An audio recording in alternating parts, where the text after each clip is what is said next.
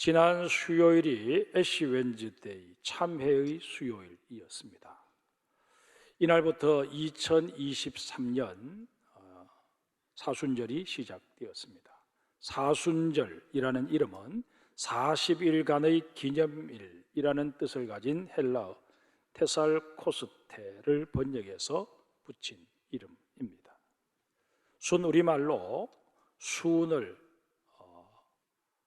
열이라고 그렇게 우리가 알고 있지 않습니까? 따라서 사순절이란 40일을 의미합니다. 그러면 사순절이 시작되는 참회의 수요일은 어떻게 결정되는 것일까요? 매년 부활절을 기점으로 주일은 빼고 40일을 역으로 헤아리면 40일째 되는 날이 항상 수요일이 되는데, 그 수요일을 애쉬 웬즈데이, 참회의 수요일이라고 부르는 것입니다. 원래는 4월 9일이 부활절이니까 역산하면 지난 22일이 참회의 수요일이 되는 것입니다. 사순절이 처음 정해진 것은 주후 325년에 열렸던 니케아 종교회의였습니다. 주님의 부활을 기쁨으로 맞이하기 위해서는 적어도 그전 40일 정도는 주님의 고난을 묵상하면서 자신의 신앙생활을 돌아보고 회개하는 영적인 수고가 필요하다라고 판단한 것입니다. 그 후 7세기에 이르러 이 사순절의 중요성이 더욱 강조되면서 그리스도인이라면 누구나 평소 자신이 즐기던 일을 한두 가지 이상 절제해야 한다고 가르치게 되었습니다. 아예 절제할 대상도 구체적으로 명시를 했는데, 육식과 술은 물론이고 커피나 차 같은 기호식품까지 포함시켰습니다. 요즘은 미디어 금식이라고 해서 텔레비전이나 유튜브를 자제하는 것을 권하기도 합니다. 심지어 경건한 그리스도인들은 사순절 절기 동안 하루 한 끼 이상 금식을 하기도 합니다. 그러나 근래에 이르러서는 이런 사순절의 규례나 제약이 현저하게 약해진 듯한 느낌을 떨쳐버릴 수 없습니다. 물론 사순절 기간에 하루 한 끼 이상 금식을 한다고 해서 믿음이 좋다, 그렇게 단정적으로 말할 수는 없습니다. 그러나 이런 기회를 통해서라도 흐트러졌던 우리의 영적인 모습을 바로잡고 방만하게 세상으로 치우쳐져 있던 우리의 삶을 다시 추스를 기회가 된다면 이 사순절이 우리의 신앙생활에 큰 도움이 되는 것만은 분명한 사실입니다. 성도 여러분, 우리의 바람은 늘 하나님께 시선을 맞추고 하나님께서 원하시는 대로 살아가는 것 아니겠습니까?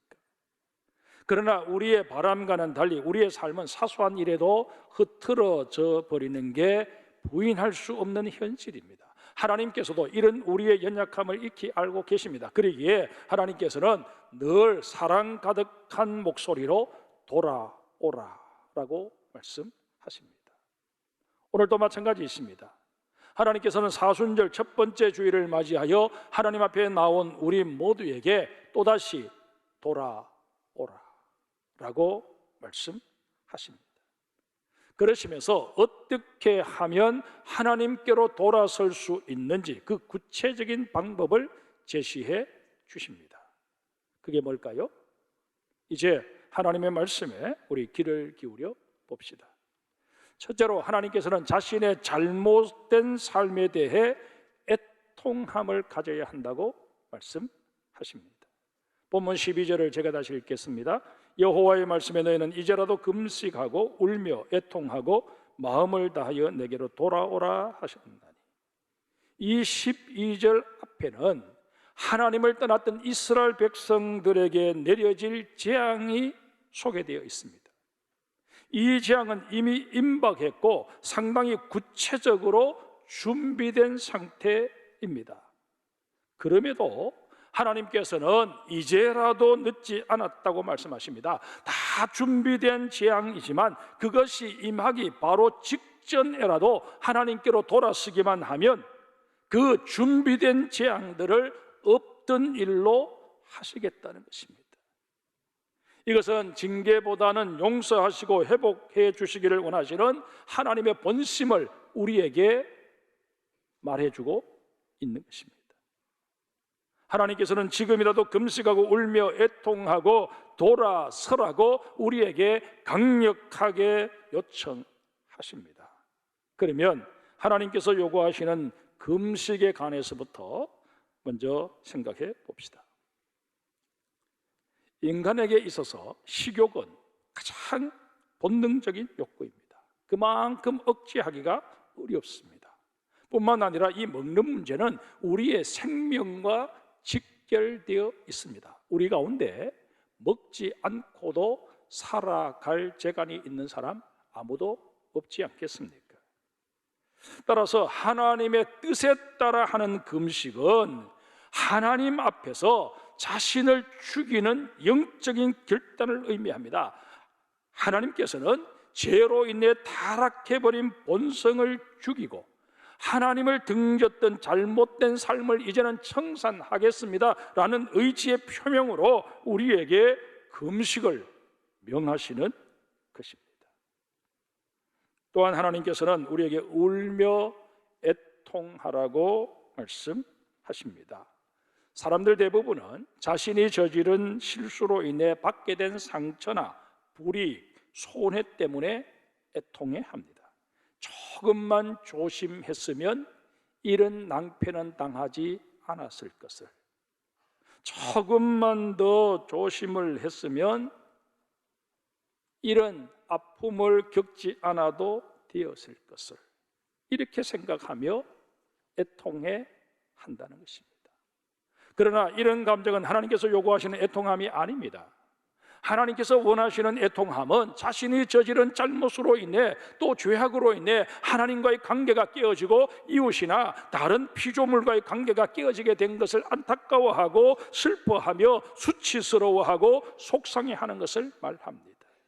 죄가 밉고 그런 죄를 저지른 자신이 한심해서 견딜 수 없어 통곡할 수밖에 없는 마음의 상태, 이게 바로 애통함이라는 것입니다.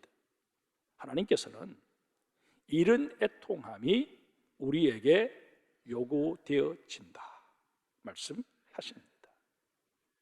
이런 이야기가 있습니다. 하루는 하나님께서 천사에게 세상에 내려가서 세상에서 가장 귀한 것을 찾아오라라고 지시하셨습니다. 하늘에서만 살던 천사는 무엇이 세상에서 제일 귀한지 알 길이 막막했습니다. 그래서 일단은 사람들이 뭘 제일 소중하게 여기며 살고 있는지 살펴보기로 했습니다. 그런데 얼마 지나지 않아서 이내 답을 얻을 수 있었습니다. 사람들 대부분이 돈을 벌기 위해서 혈안이 되어 있는 것을 보게 된 것입니다. 그리고 그 돈으로 금붙이를 사서 모으는 것도 보았습니다. 천사는 옳았구나 하며 큰 금덩이를 구해서 낑낑대며 하늘나라로 올라갔습니다. 그런데 하늘나라 입구에 당도하자마자 입구부터 금으로 아예 도배되어 있는 것을 보게 되었습니다. 과거에는 전혀 관심 없이 보아서 잘 몰랐는데 막상 금을 가지고 하늘나라에 올라와서 보니 상태가 그런 것이었습니다. 세상에서는 그토록 귀하게 여겨지는 것이 하늘나라에서는 그저 발에 채이는 그런 수준이었습니다. 천사는 발길을 돌려 다시 세상으로 내려와야만 했습니다. 이번에는 사랑하는 연인을 만나게 되었는데 그 연인들이 자신 있게 말합니다. 세상에서 가장 귀한 것 사랑입니다. 그래서 이 천사는 연인의 사랑을 담아서 하늘로 올라갔습니다. 그런데 가는 도중에 느낌이 이상해서 세상 쪽을 돌아보았더니 그렇게 죽고 못 살던 연인이 별것 아닌 일로 티격태격하다가 헤어지는 것을 본 것입니다. 그 순간 천사는 이것도 아니다 싶어 다시 걸음을 돌이켜 세상으로 내려왔습니다. 이번에 천사가 당도한 것은 조그마한 예배당이었습니다. 예배당 앞쪽에서 누군가가 자신의 죄를 고백하며 주님 앞에 눈물을 흘리고 있었습니다. 천사의 눈에 비친 그 모습이 너무 아름답고 귀해 보여서 그 눈물을 병에 담았습니다. 비로소 천사는 하나님께서 말씀하신 세상에서 가장 귀한 것을 구할 수 있었습니다. 시편 51편 17절에서 다윗은 하나님께서 구하시는 제사는 상한 심령이라, 하나님이여 상하고 통회하는 마음을 주께서 멸시하지 아니하시리다 노래합니다. 자신이 저지른 죄를 회개하며 어리석게도 그런 죄를 저지른 자신에 대해 애통해하며 하나님께로 돌아설 때 하나님께서 모든 진노를 거두시고 다시금 우리를 품어 주십니다. 이런 하나님의 사랑을 누가복음 15장 11절 이하에 나오는 이런 아들을 되찾은 아버지 비유를 통해서 우리에게 다시 한번 확인시켜 주십니다. 집을 나갔던 아들이 돌아왔을 때 아버지는 그 아들을 위해 제일 좋은 옷을 입히고 손에 가락지를 끼우고 발에 신을 신깁니다. 아들의 신분을 확실하게 회복시켜 준 것입니다. 그리고 온 동네 사람들을 초청해서 잔치를 벌입니다. 아들의 신분이 회복된 것을 무사람에게 공표한 것입니다. 더 이상은 집 나갔다 돌아온 그 아들을 사람들이 무시하지 못하도록 아버지가 모든 필요한 조치를 취한 것입니다. 이게 우리를 향하신 하나님의 사랑입니다. 그러기에 우리는 하나님께서 가장 기뻐하시는 회개의 눈물을 병에 담을 수 있어야 합니다. 내가 얼마나 한심하고 부족한 존재인가를 자각하며 울며 하나님 앞에 엎드릴 때 하나님께서는 천하고 부족하기 짝이 없는 우리를 다시금 너는 내 것이다, 내가 오늘 너를 낳았다 말씀하여 주시며 우리를 하나님의 자녀의 반열에 세워 주십니다. 하나님께로 돌아설 수 있는 두 번째 방법은 마음을 찢는 것이라고 하나님 말씀하십니다. 본문 13절 앞부분 제가 다시 읽겠습니다. 너희는 옷을 찢지 말고 마음을 찢고 너희 하나님 여호와께로 돌아올지어다. 이스라엘 백성들에게 있어서 옷을 찢는다는 것은 무서운 재앙이나 극심한 재난을 당하게 되었을 때 또는 자신이 저지른 죄악으로 인해 큰 슬픔과 절망에 빠지게 되었을 때 자신의 그 비통한 심정을 표현하는 한 방법이었습니다. 창세기 37장에 보면 야곱이 사랑하는 아들 요셉을 잃었을 때 그 슬픔을 가눌 길이 없어 옷을 찢었다, 그렇게 전하고 있습니다. 민수기 14장에서는 가나안 땅을 정탐하고 돌아온 여호수아와 갈렙이 같이 정탐을 하고 돌아온 다른 정탐꾼들의 그 부정적인 보고를 들은 이스라엘 백성들이 동요하고 절망하는 것을 보고선 그들 앞에서 옷을 찢었다, 그렇게 밝히고 있습니다. 그런가 하면 열왕기하 22장에는 유다왕 요시야가 성전 수리를 하다가 그곳에서 감추어져 있던 율법책을 찾게 됩니다. 그 율법책을 읽던 중에 이 요시야 왕은 자신과 이스라엘 백성들이 얼마나 엉터리로 신앙생활을 해왔는지를 깨닫게 됩니다. 이에 견딜 수 없는 부끄러움과 죄스러움에 자신은 물론이고 모든 백성에게 다 옷을 찢으며 회개하도록 명합니다. 이런 명령을 내린 요시야 왕과 왕의 명령에 온전히 순종하여 옷을 찢으며 회개한 이스라엘 백성들을 하나님께서 기꺼이 용서해 주십니다. 이런 일련의 사건들을 놓고 볼 때 옷을 찢는 것 자체는 나쁜 게 아닙니다. 문제는 시간이 흐르면서 이 행위가 형식적이고 가식적인 것으로 변질해 버렸다는 것이었습니다. 안동 같은 곳에서는 요즘도 부모상을 당하면 전통적인 방식으로 장례를 치르는 집이 종종 있습니다. 상주들은 굵은 제복을 하고 조문객이 오면 곡을 합니다. 부모 잃은 슬픔을, 또 부모를 떠나보낸 죄인의 심정을 곡을 통해 표현하는 것입니다.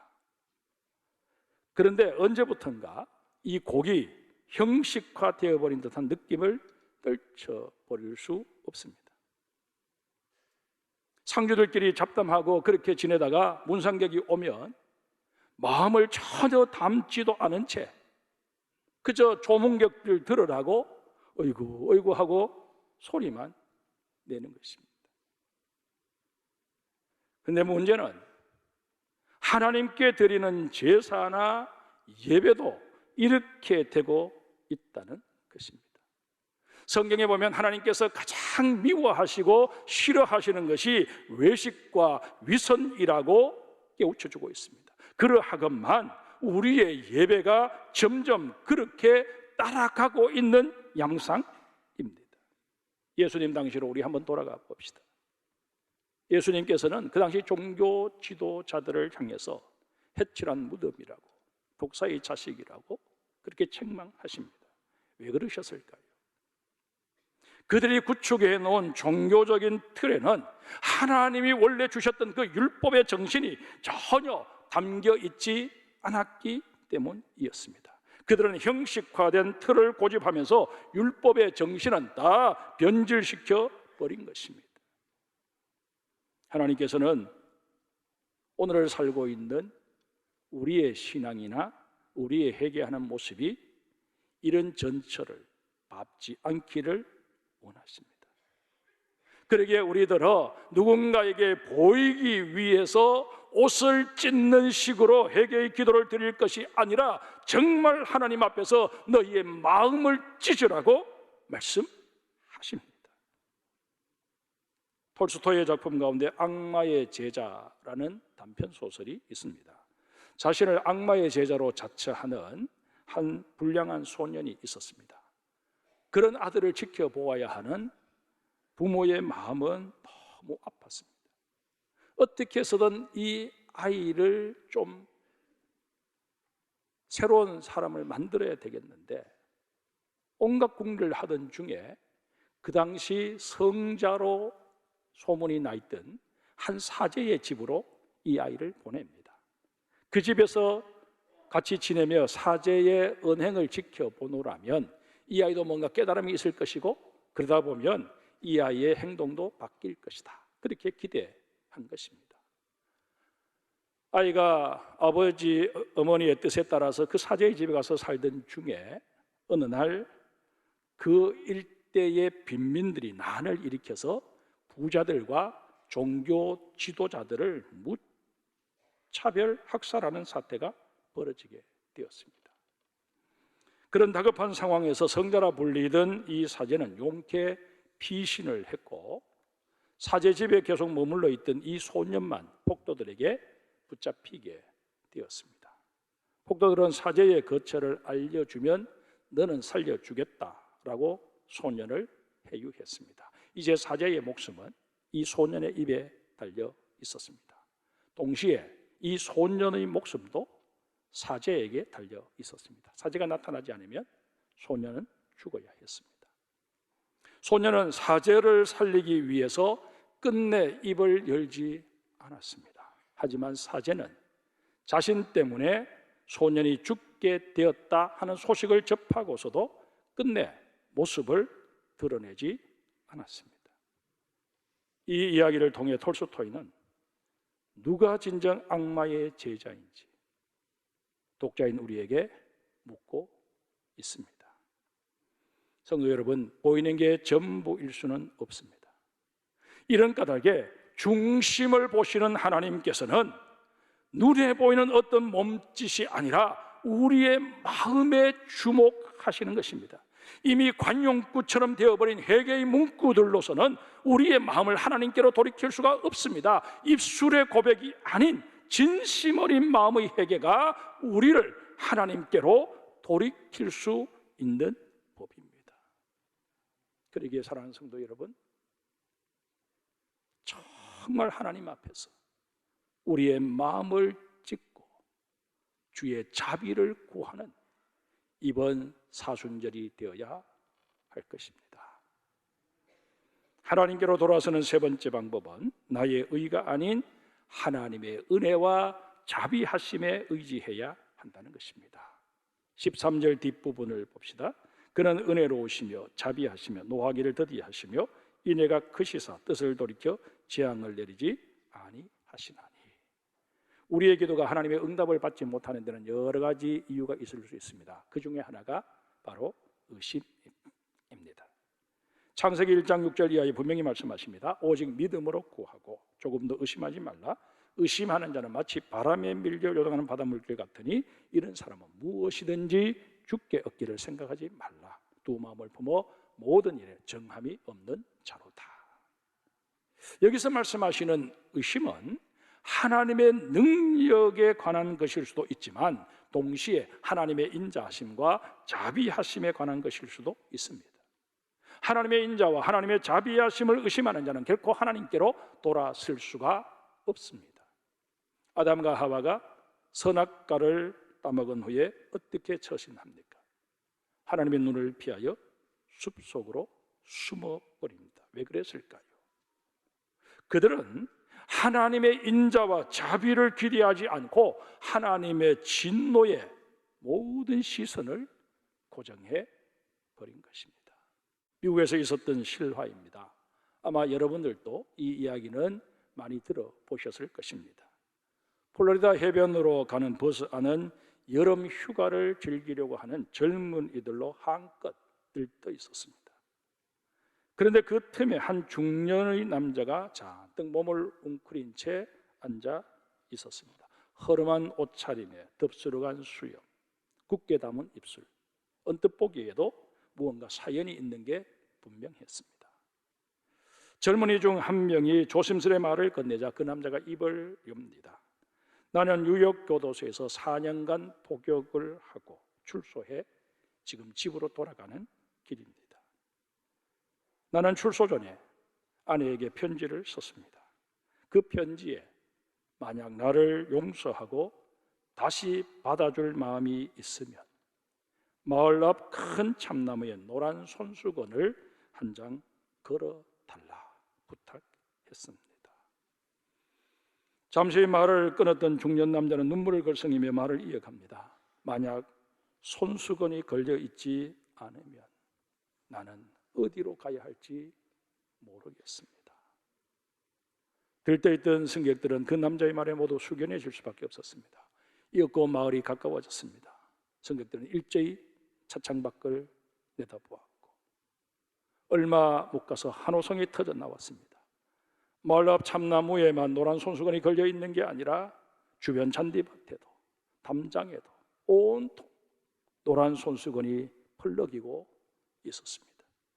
이 감동적인 이야기는 훗날 토니 올란드와 백보컬 그룹인 더 돈에 의해 Tie a yellow ribbon round the old oak tree, 오래된 참나무에 노란 리본을 달아주세요 라는 노래로 만들어져서 그 사연이 미국 일대에 또 전 세계에 알려지게 되었습니다. 마태복음 18장 22절 이하에 보면 베드로가 예수님께 형제의 잘못을 몇 번까지 용서해 주면 되겠느냐고 여쭙는 장면이 나옵니다.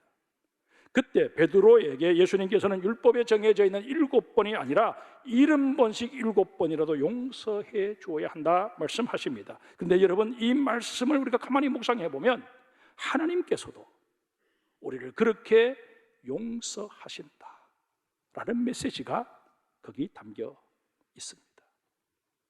이 사순절 동안 하나님께로 다시 돌아서는 우리 모두가 됩시다. 내가 저질렀던 모든 잘못과 허물에 대해 애통해하며 마음을 찢는 우리가 됩시다. 하나님의 인자하심과 하나님의 자비하심에 의지하여 내 죄가 주홍같이 붉을지라도 하나님 앞에 온전히 고백하면 주님께서 내 죄를 깨끗이 양털처럼 희게 하여 주실 뿐만 아니라 동이 서에서 먼 것처럼 내게서 멀어지게 만들어 주신다 하는 사실을 믿는 여러분과 저가 됩시다.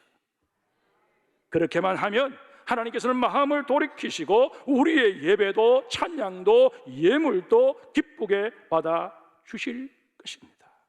바울로 우리를 위해 예비해 놓으셨던 복과 은혜로 우리의 인생을 다시 한번 넘치게 채워 주실 것입니다. 이번 사순절이 이런 은혜를 누리며 하나님 앞에 감사하고 감격하는 우리 장성교회 모든 성도들이 되실 수 있기를 주님의 이름으로 축복합니다.